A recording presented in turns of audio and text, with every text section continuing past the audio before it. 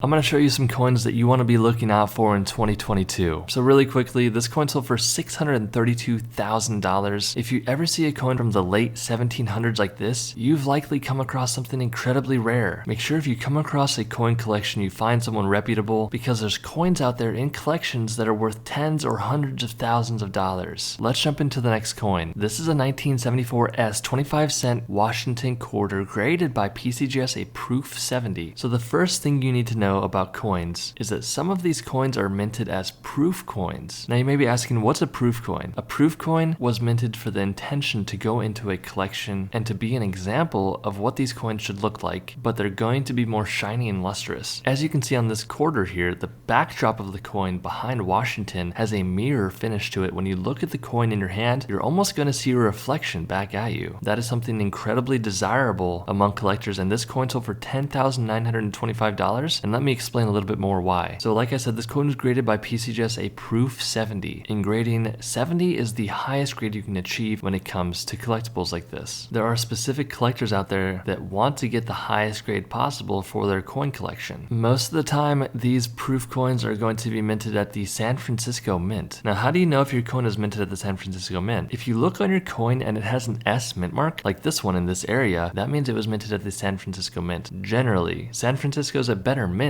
to have your coins minted at. This is because a lot of the time they mint fewer coins. It's a simple supply and demand issue we're talking about here. If there are less coins minted, that means they are generally going to be more rare and worth more money. That's not always the case though. And remember, on these coins, the condition is a huge factor when it comes to how much the coins are going to be worth. But all of these things combined are the reason why this coin sold for $10,925. But let's jump right into the next coin. So this is something that not many people know to look out for. People send me pictures of their coins all the time, and I tell them all the time when they have Jefferson nickels, they need to be looking out for this. This coin sold for $30,550, and this is potentially something that you could have, and all you need to be looking out for is this small little feature on the coin. So this is a 1942 D 5-cent D over horizontal D Jefferson nickel. This one was graded by PCGS a mint state 65 with the full steps on the back. So I'm never trying to sell you anything when it comes to magnification, but you're going to need some sort of magnification glass. There's some people on the internet that are going to tell you you need to spend $100 or more on magnification. That's not the case. Just go on eBay or Amazon, pick yourself up a $5 or $10 loupe or magnification glass that's going to help you look in this area to see if you have this rare error. So if you look on the back right hand side of the coin, you're going to see the D mint mark. That's the area you want to be looking out for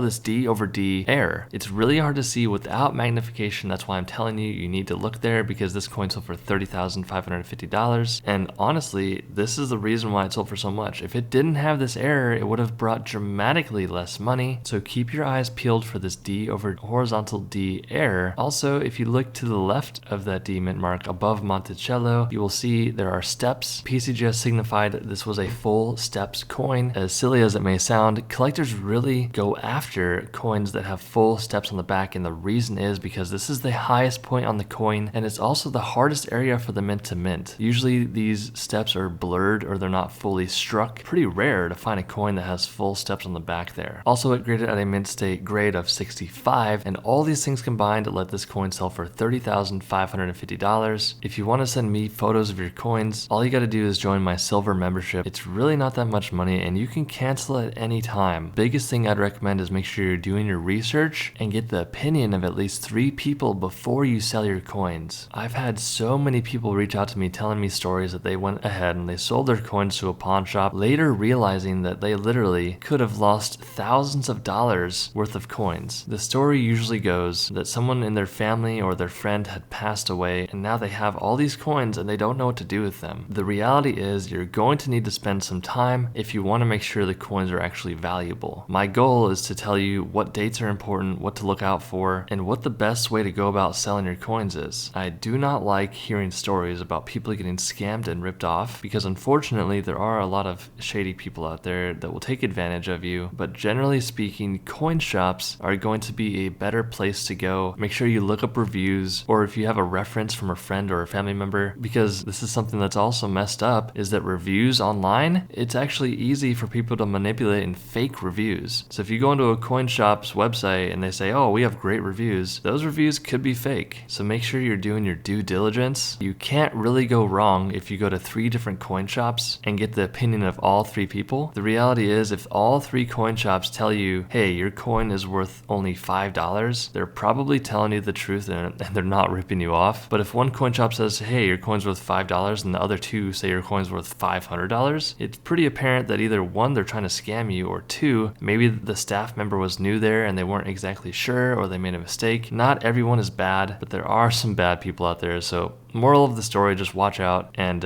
spend some time researching. But let's jump into this next coin. So 1913 on the penny is a really key date, and especially if you combine that with a really high grade of MS67 graded by PCGS like this one. This one also has the red designation. Now really quickly, grading companies will designate these Lincoln cent coins as either red, red brown, or brown depending on the overall color and tone of the coin. Now I personally know collectors that want one of each. They want the red, they want the brown, they want the red brown, and that is going to be a reason why these coins sell for a lot of money. But you have to think here, it's a coin that's dated over 100 years ago and it's in incredible condition. This coin was likely found in a collection and they went off and they got it sent off to grading. Now if you get your coin sent off to grading, make sure it's worth it, because remember, there's a grading fee associated with grading your coins, and there's also a turnaround time where you're not going to see your coin for probably at least a few months unless you're paying for a higher tier service, and that's not always going to be worth doing. So if you have a 1913 coin, make sure you hold it nicely. I recommend not even holding the coin. Keep it wherever it's at, keep it safe, don't drop it,